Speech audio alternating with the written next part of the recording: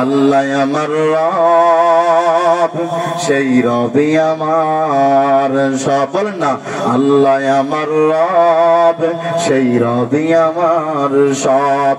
দমে দমে তনু মনে তারি অনুভব, আল্লাহ আমার রব, সেই রবি আমার সব। আওয়াজ দিয়ে বলুন আমাদের রবকে, আর জোরে আওয়াজ দিয়ে বলুন আমাদের রবকে। আমাদের রব আল্লাহ। আপনি এখন আল্লাহকে চিনেন নাই।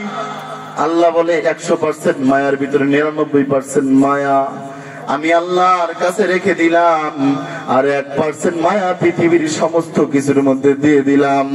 অথচ আপনার মা আপনার জন্য একবার যদি অসুস্থ হয়ে যান কান্নাকাটি করে, বাবা আপনার জন্য দৌড়াদৌড়ি করে, অসুস্থ হয়ে গেলে এই ডক্টর থেকে ওই ডক্টর, এখান থেকে সেখান নিয়ে দৌড়াদৌড়ি করে। অথচ আল্লাহ বলে বান্দা আমি আল্লাহ তোর নিজে হাতে বানাইছি, আমি আল্লাহ তোর নিজে হাতে বানাইছি। আমি আল্লাহ তোরে বানাইতে অনেক বেশি সময় নিছি, আমি আল্লাহ তোরে বানাইতে অনেক বেশি সময় নিছি। আমি রব তোরে দুনিয়ার মতো দামি করে বানাইছি। আল্লাহ বলেন লাকাদ খালাকানাল ইনসানা ফি আহসানি তাকওয়িম। আল্লাহ তাআলা উত্তম আকৃতি দিয়ে আমাদেরকে বানাইছে, আর কাউকে এত সুন্দর আকৃতি দিয়া বানাই নাই। এ বান্দা তুমি আজকে গুনাহ করো, তুমি কি মনে করছো তুমি তোমার এক সময় অস্তিত্ব ছিল না? ফি আইয়ি সূরাতিম মা শাআ রাক্কাবাক, এক সময় তোমার কোনো অস্তিত্ব ছিল না। আল্লাহ তাআলা বলেন হাল আতা আলাল ইনসানি হিনুম মিনাদ দাহরি লাম ইয়াকুম শাইআম মাযকুরা। এত আস্তে আল্লাহু আকবার বলেন কেন? আল্লাহু আকবার জোরে বলা সুন্নাত, চিল্লা বলেন তো আল্লাহু আকবার। আর জোরে বলুন আল্লাহু আকবার। আল্লাহু আকবার যত জোরে বলবেন আশেপাশে শয়তান থাকলে আপনার আশেপাশে বসতে পারবে না।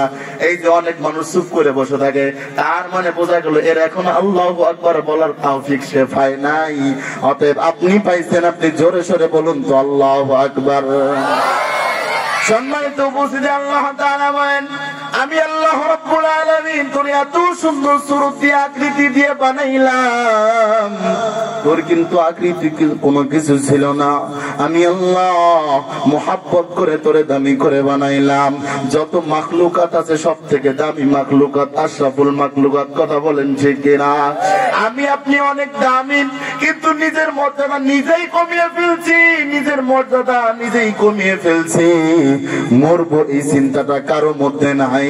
একটা লোক টেলিভিশন দেখতেছে, তারে যদি জিজ্ঞাসা করা হয় ভাই আপনি ঘন্টার পরে ঘন্টা টেলিভিশন দেখেন, মুরব্বি চাচা এত টেলিভিশন দেখেন, চাচা নামাজের সময় হয় নামাজে যাওয়া যায় কিনা? এবার চাচা ডাক দিয়ে কয় আমার মাজায় ব্যথা। চাচা থেকে জিজ্ঞাসা করা হয় চাচা কতক্ষণ থেকে টেলিভিশন দেখেন? এবার চাচা ডাক দিয়ে বলে 2 ঘন্টা তো হবেই। এখন আপনাদের কাছে জানতে চাই এক ওয়াক্ত নামাজ পড়তে কয় মিনিট লাগে?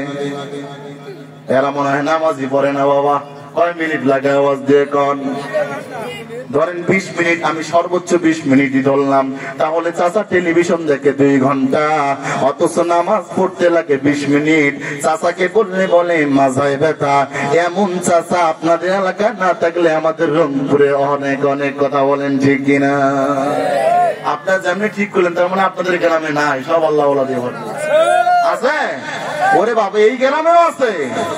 ও চাচা মুরব্বীরা মন খারাপ করিয়েন না বাবা, আমি অপমান করে কথা বলতেছি না। একটা ওয়াকিয়া যদি সংক্ষিপ্ত আকারে বলি তাহলে বুঝবেন। একদিন আজরাইল আলাইহিস সালাতু ওয়াস সালাম ইয়াকুব আলাইহিস সালাতু ওয়াস সালামের কাছে আসলেন। ইয়াকুব আলাইহিস সালাতু ওয়াস সালাম ডাক দিয়ে বলে ভাই আজরাইল, সালাম প্রদান হওয়ার পরে কথাবার্তা হওয়ার পরে ভাই বলে আজরাইল আপনি কি আমার জানটা কবজ করার জন্য আসছেন নাকি? এবার মালাকুল মউত আজরাইল ডাক দিয়ে বলেন, না না না, আমি জান কবজ করার জন্য আসি নাই, আমি আসছি আপনার সাক্ষাতে। এবার ইয়াকুব আলাইহিস সালাতু ওয়াস সালাম ডাক দিয়ে বলে, ভাই আজরাইল, যখন আমার জানটা কবজ করবেন কিছু সময় আগে আপনি আমাকে জানায়া দিবেন, যাতে করে আমি মরণের জন্য প্রস্তুতি হতে পারি, প্রস্তুতি নিতে পারি। এবার মালাকুল মউত আজরাইল ডাক দিয়ে বলে, ঠিক আছে ভাই, আপনাকে জানায়া দেওয়া হবে। কিছুদিন পরে আবার মালাকুল মউত আজরাইল ইয়াকুব আলাইহিস সালাতু ওয়াস সালামের নিকটে আসলেন। এবার ইয়াকুব আলাইহিস সালাতু ওয়াস সালাম মুস্কি মুস্কি হাসে আর বলে, আপনি মনে হয় আমার সাক্ষাতে আসছেন। এবার মালাকুল মউত আজরাইল ডাক দিয়ে বলেন, না না না, আমি সাক্ষাতে আসিনি, আমি আপনার জানটা কবজ করার জন্য আসছি। এবার ইয়াকুব আলাইহিস সালাতু ওয়াস সালাম ডাক দিয়ে বলে, আপনাকে তো আমি বলেছিলাম মৃত্যুর কিছু সময় আগে আপনি আমাকে দূত পাঠাবেন, চিঠি পাঠাবেন, যাতে করে আমি আগে থেকে তৈয়ার হতে পারি, রেডি হতে পারি, কিন্তু আপনি একেবারে চলে আসলেন জান কবজের সময়।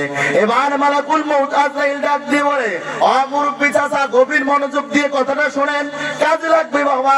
একটু আগে হয়তো আমার কথাটা আপনি ভুলভাবে নিয়েছিলেন, এখন ভালো করে বুঝেন। ও চাচা, এবার মালাকুল মউত আজরাইল ডাক দিয়ে বলে, ও ইয়াকুব আলাইহিস সালাতু ওয়াস সালাম ভাই, আপনার যে মুখে দাড়িগুলো এক সময় কাঁচা ছিল, এখন পেকে গেছে, এটা কিন্তু আপনার একটা দুধ আর চিঠি। কথা বলেন ঠিক কিনা? এক সময় আপনার দাঁতগুলো অনেক বেশি শক্ত ছিল, কিন্তু যখন মুখ থেকে দাঁতগুলো পড়ে যাওয়া শুরু হয়ে গেছে, এটা কিন্তু আপনার কবরের স্মৃতি। এক সময় আপনার শরীরে অনেক বেশি শক্তি ছিল, এখন আর শক্তি নাই, এটা কিন্তু আপনার কবরের স্মৃতি।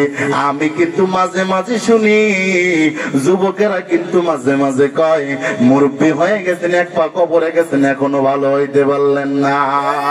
তার মানে বোঝা গেল মালাকুল মউত আজরাইল বলতেছে, এগুলো আপনার দুধ আর চিঠি, আপনি কেন আগে থেকে তৈয়ার হন নাই? উনি একজন নবী, ওনাকে এই কথা বলতেছে। আপনাদের যাদের বয়স 60 থেকে 70 হয়ে গেছে বাজান, আপনাদের কাছে অনুরোধ করে কথাটা বলে যাই, জীবনে অনেক গুনাহ করে ফেলেছেন, আজকে শেষ পর্যন্ত থেকে নিজের গুনার কথাগুলো দুনিয়ার কেউ না জানলে আল্লাহ কিন্তু জানে। কারণ কিরামান কাতিবিন ইয়ালামুনা মা তাফআলুন। পিছনেরা আল্লাহু আকবার বলে না? জোরে বলুন তো আল্লাহু আকবার। আচ্ছা, কারা কারা বিয়ে করছেন হাত উঠান দেখি, কারা কারা বিয়ে করছেন? আচ্ছা, আপনারা তাকবীর দিবেন। হাত নামায়েন না, হাত নামায়েন না। লিল্লাহে তাকবীর, আল কোরআনের আলো। হাত নামান। আমার হুজুর আজকে ফয়সালা দিবে। যারা বিয়ে শাদী করেন নাই যুবকেরা হাত দাও। কিরে, সব বিয়ে করছে বাপরে বাপ। নারায়ে তাকবীর। কে জিতছে হুজুর? আমরা জিতছি, ঠিক কিনা? আমরা মনে কারা বুঝেন নাই? হুজুর জিতছে। তো এবার সবাই মিলে তাকবীর দেই, কারণ রাস্তাঘাটে এখনো অনেক যুবক আসতে পারে নাই। কথা বলেন ঠিক না? এতটুকু যদি এর মনের মধ্যে আসে, ওখানে কি হচ্ছে বাবা একটু গিয়ে দেখে আসি, আসতে যদি পারে। কথা বলেন ঠিক কিনা? সবাই মিলে তাকবীর দেওয়া যাবে তো ইনশাআল্লাহ। লিল্লাহে তাকবীর, আল কোরআনের আলো, আল হাদিসের আলো, কোরআন সুন্নাহর আলো,